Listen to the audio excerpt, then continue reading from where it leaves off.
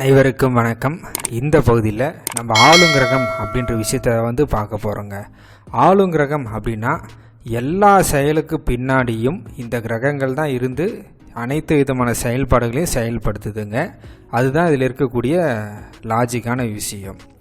இப்போ இந்த ஆளுங்கிரகத்தை பயன்படுத்தி நம்ம பயன்படுத்தக்கூடிய உண்மையான கேபி ஜோதிடத்தில் என்னென்ன செயல்பாடுகள் செய்யலாம் அப்படின்னு பார்த்தோம்னா, முதல் ஆளுங்கிரகம் அப்படின்னாலே 9 கிரகமும் என்ன நட்சத்திரத்தில் பயணம் செய்யுது அப்படின்னு கொஞ்சம் தெரிஞ்சிக்க வேண்டியது அவசியம். இது ஃபஸ்ட்டு விஷயம். அதுக்கடுத்து என்ன அப்படின்னு பார்த்தோம்னா, இன்றைய தினம் என்னவோ அந்த தினத்துடைய தொடர்புகள் நமக்கு கொஞ்சம் தெரிஞ்சிக்க வேண்டியது அவசியம். இப்போ இன்றைக்கி டேட்டு பார்த்துக்குங்க, 11ஆம் தேதி நவம்பர் 2025 செவ்வாய்க்கிழமை நாள் 1:14 PM ஜோலார்பேட்டில் நான் இருக்கேன்.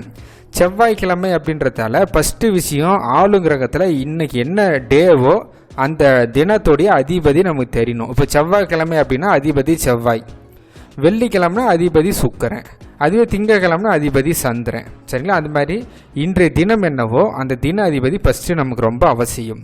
அதுக்கடுத்து என்னென்னா, கோச்சார ரீதியாக சந்திரன் இன்றைக்கி ப்ரெசன்ட் டைம்பில் எங்கே போகிறாரு அப்படின்றத கொஞ்சம் பார்த்துக்குங்க.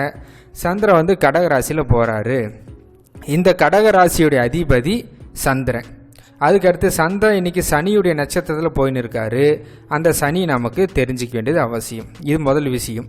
இன்றைய தினம் என்ன, கோச்சாரத்தில் சந்திரன் இன்றைக்கி எங்கே போயின்னு இருக்காரு, அதுக்கடுத்து சந்திரன் என்ன நட்சத்திரத்தில் போயின்னு இருக்காரு அப்படின்றது தெரிஞ்சிக்க வேண்டியது அவசியம். அதுக்கடுத்து இப்போ ப்ரெசன்ட் டைம்பில் என்ன லக்கணம் போகுது. இப்போ ப்ரெசன்ட் டைம்பில் மதியம் 1:15 லக்கணம் கும்ப லக்கணமாக போயின்னு இருக்குது. லக்கணம் 6 டிகிரியில் போகுது. லக்கணத்தோட நட்சத்திரம் செவ்வாய்ங்க. சரிங்களா? இந்த 5 விஷயம்தான். தின அதிபதி, லக்கணத்துடைய ராசி அதிபதி, நட்சத்திராதிபதி, சந்திரனுடைய ராசி அதிபதி, நட்சத்திராதிபதி, இந்த மொத்தம் இந்த 5 கான்செப்ட் நமக்கு தெரியணும். இப்போ இதை வச்சு என்னென்ன பண்ணலாம் அப்படின்னா, ஃபஸ்ட்டு இந்த ஆளுங்கிரகத்தை பயன்படுத்தி ஒருத்தருடைய பிறந்த நேரம் தவறாக இருக்குன்னா அதை சரி செய்யலாம். இது முதல் விஷயம்.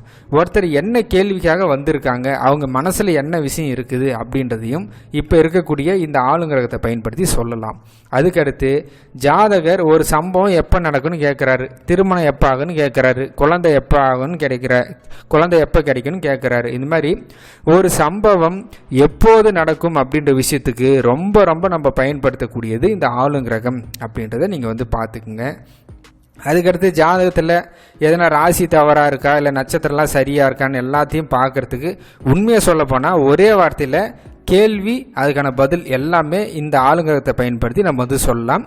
கண்டினியூவாக வீடியோ பாருங்கள். ஃபர்தராக இது எப்படி பயன்படுத்துறதுன்ற பார்க்கலாம். நன்றி, வணக்கம்.